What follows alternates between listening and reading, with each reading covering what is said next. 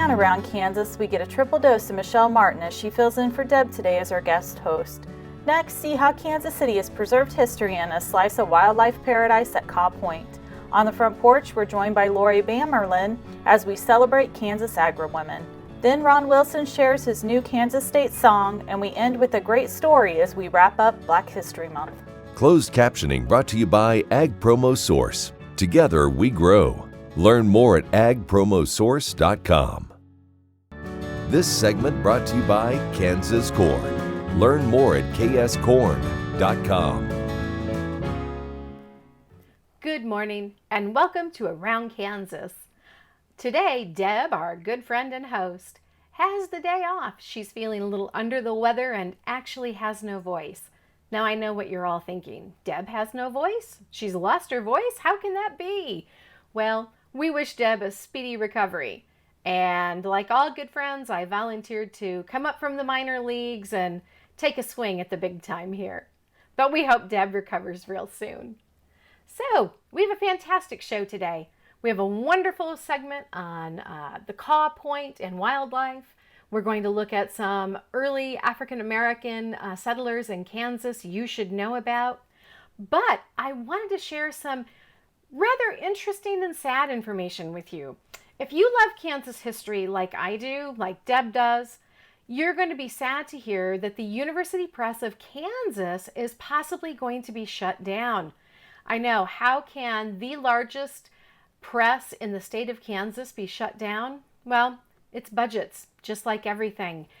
I don't know about you, but their books are fantastic. Bleeding Kansas by Nicole Etchison, The Ballad of Ben and Stella Mae Dixon, and the first book I ever read from the University Press of Kansas, Albert Castell's Civil War Kansas, that introduced me to the complexity of Kansas history.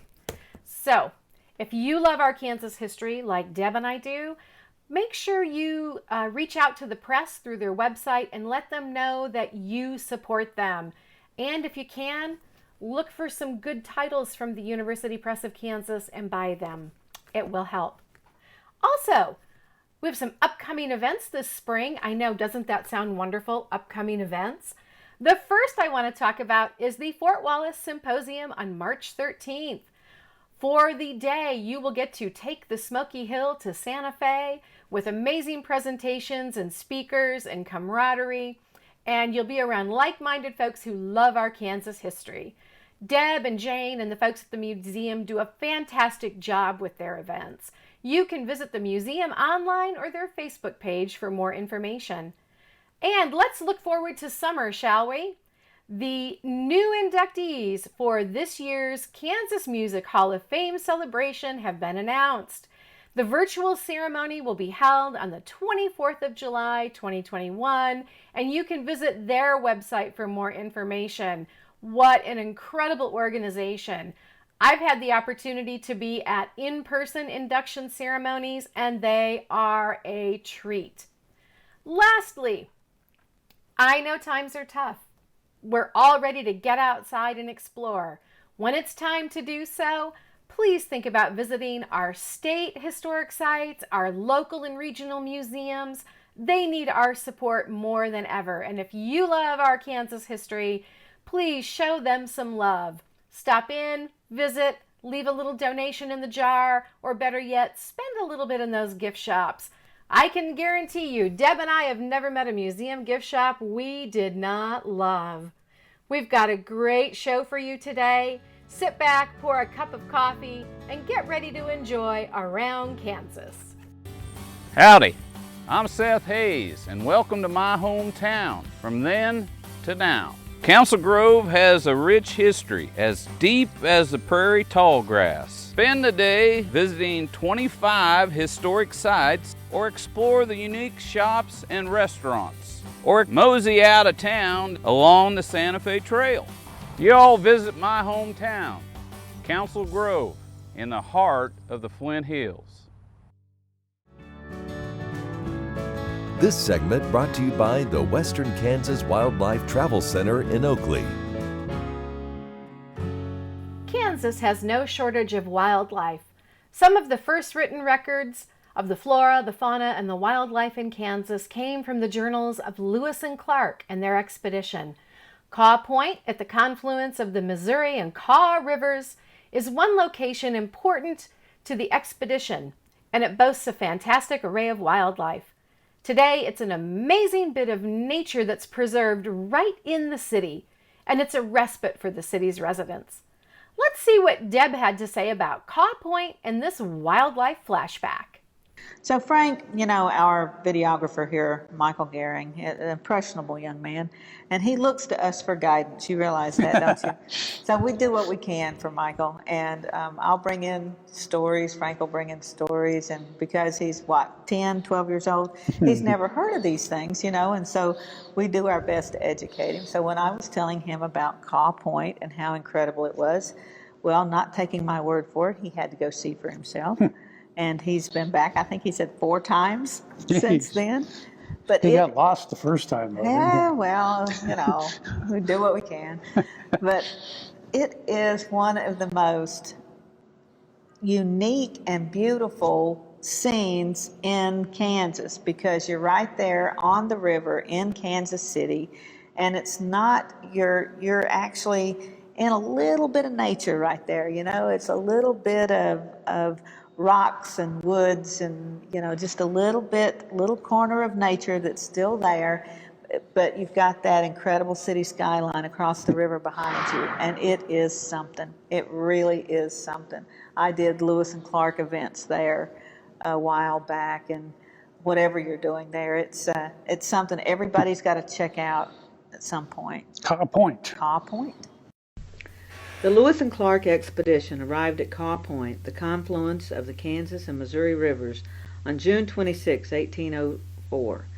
The expedition camped for 3 days to rest, repair their boats, and explore the surrounding countryside. They had been traveling up the Missouri almost 2 months. On the day the explorers first saw the Kansas River, Clark wrote that they encountered a great number of parrot-quoits, a bird now extinct. The explorers also saw their first buffalo. Kaw Point is now surrounded by industry and development. In 2001, the point itself still existed in an overgrown and neglected state.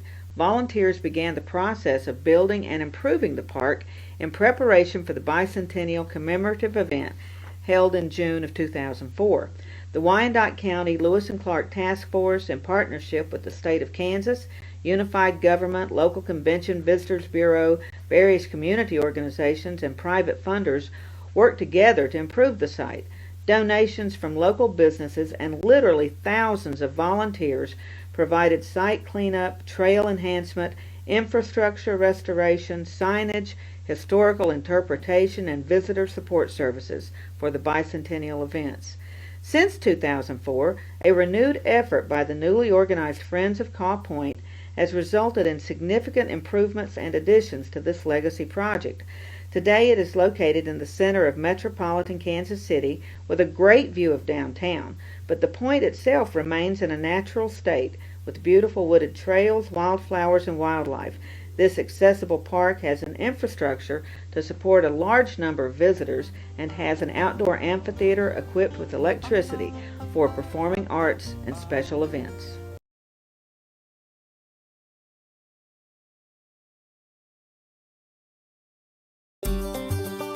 Welcome to the Western Kansas Wildlife Travel Center, right here in my hometown of Oakley, Kansas. We're the front door of Western Kansas, located on 3 main highways, I-70, US 83, and US 40. And all those roads lead to history, beautiful scenery, and adventure, no matter which direction you go. We now have an IHOP. That brand that you've trusted up and down the road in all your travels is staffed with local folks, real people, just like you and me, and we're waiting on you to join us. So for fun, adventure, fuel up, fuel your body, and let's have some fun.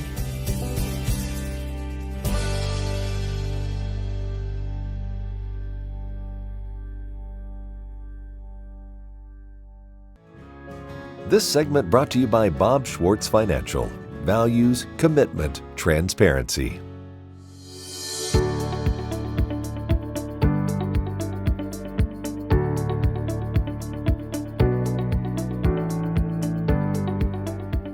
Dwayne Thames joining you once again on the program. My guest today, Laurie Bammerlin from Keats, Kansas.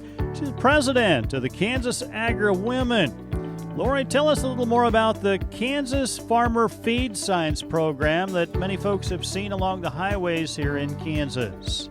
The sign project started not right after we were founded in 1973, but in around 1977. One of the Kansas Agriwomen founding members was Jean Mertz, and her husband were heading to San Angelo, Texas to buy some lambs. And she'd seen along the way that all these different signs and billboards talking about what people were trying to sell. And she thought, why are we in agriculture not talking about what we want to sell and advertising our commodities? So when she came home, she kind of hit the ground running and started putting up billboards, or kind of like your roadside signs around Kansas, working with the Agriwomen members that own some property along highways or major traveled roads. And it started out that there were eat beef signs, eat lamb, grow wheat, kind of a variety of agriculture signs, along with that kind of iconic grocery sack sign that says "One Kansas Farmer Feeds." Obviously, it goes back to that initial imprint that the Mertz family had from that trip and trying to promote. It's grown and changed a bit through the years as well. Yeah, we had approximately 70 signs originally when it started, with all those different commodities. And if someone had land and they raised cattle, they'd say they wanted a beef sign on there. It kind of changed. Again, things come in cycles and the change of the time. So I think there was a time where we just kind of thought it would maintain itself, but it didn't really. And farms change hands and generations. And so in the last few years, we've got comments from people saying, oh, I've seen this sign about Kansas farmers feeding and eat beef and growing wheat, and tell us more about that. And so we thought that was probably one of the best ways to promote that producer to consumer with understanding and telling people about agriculture. And so we chose that grocery sack sign. So we've been focusing on that since it encompasses all of the variety of agriculture produced in Kansas, anywhere from dairy to wheat, and there's meat in that grocery sack. And so we've just started replacing all of the signs that have needed some repair with that grocery sack sign. I understand that Thomas Sign Company was a big part of the early efforts and maybe continues as well. Yeah, the founder of Thomas Signs, he originally hand-painted all of those signs. So some of those old signs that are holding up really well is that tape they used back in the day, but it really held up in the Kansas weather. And so he's hand-painted them, and technology changes in every aspect, and now we have, it's a plastic vinyl wrap that's heavy duty that should last for anywhere from 5 to 7 years, kind of depending on what direction it's facing and how much weather and sun it gets. And so Thomas Signs is still helping us put those signs up along the way, and we also have been putting some up ourselves. It's kind of a wrap, and we're able to actually install some of them ourselves. Our thanks to Laurie Bammerlin, president of Kansas Agriwomen, joining us on the program. I'm Dwayne Thames. Have a great day. I'm Bob Swartz, and I've devoted the last 43 years to helping Kansans reach their retirement goals and to protect the family farm. At Bob Swartz Financial, we believe everyone should be able to live the retirement they've always dreamed of. Our team of professionals can help you create an efficient strategy using a variety of investment vehicles to help you address your financial needs and your concerns. Bob Swartz Financial values commitment and transparency. This segment brought to you by Santa Fe Trail Meats in Overbrook. Let us help feed your family. As we've been in the pandemic and working from home, it seems like I'm on Zoom calls all the time. There's so much Zoom and so much social media that I developed a new cowboy state song in honor of the state of Kansas. With apologies to Dr. Brewster Higley, the author of the original Home on the Range, this poem is called Zoom on the Range. Zoom, zoom on the range where the virtual pictures display, where you will not be heard if your mute is incurred and the dadgum Zoom calls go all day. How often at night when my screen is still bright and I look at websites from afar, have I sat with eyes glazed to see videos praised while I wish that my phone had more bars? Oh, YouTube videos sure can make some good shows as I work with my webcam and mics, and my day is complete when I Facebook and tweet. I just wish that my posts got more likes. So zoom, zoom on the range where the virtual pictures display, where you will not be heard if your mute is incurred and the dadgum Zoom calls go all day. Happy trails.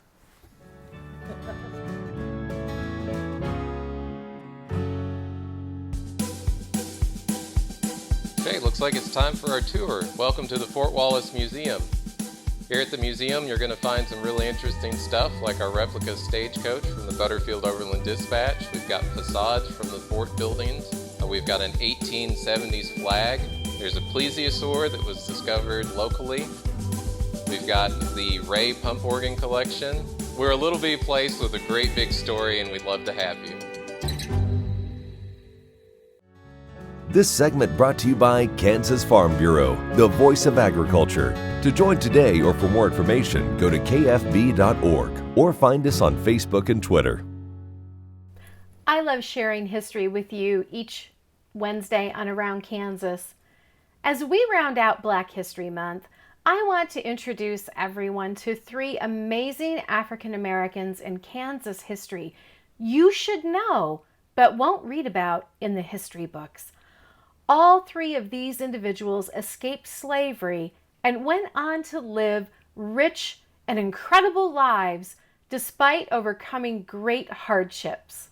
Today, let's meet Anne, Moses, and Mary. While lots of attention has been paid to white settlers who came to Kansas Territory to make it a freer slave state, what about African American men, women, and children who made the territory and state their home?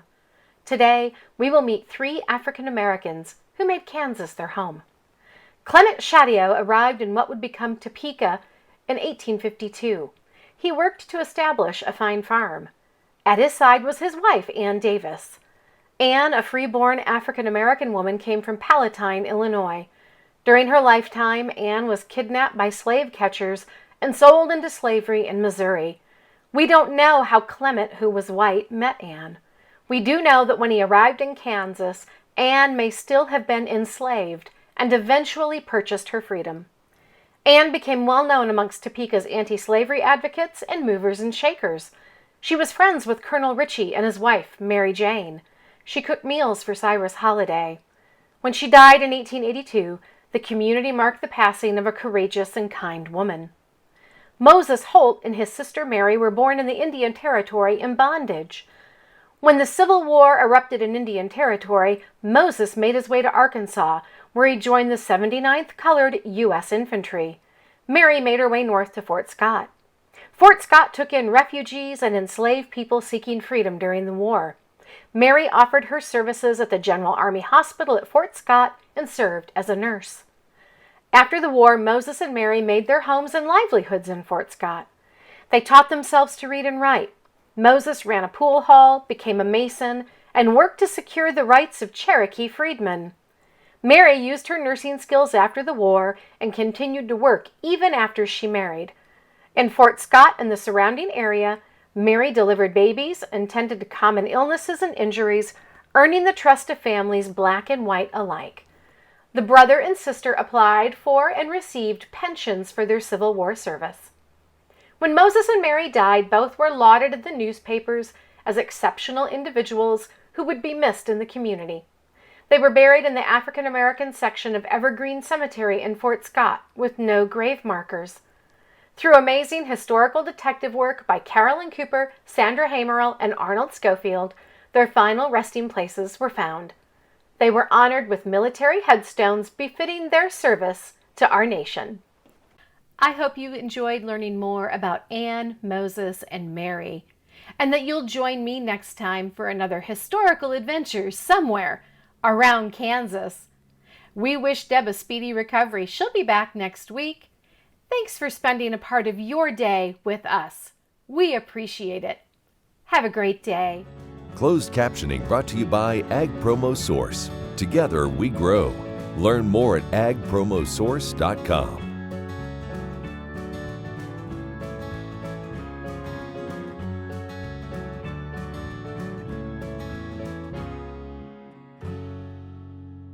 In 1821, a trade route was opened from Missouri in the United States across prairies and mountains to Mexico.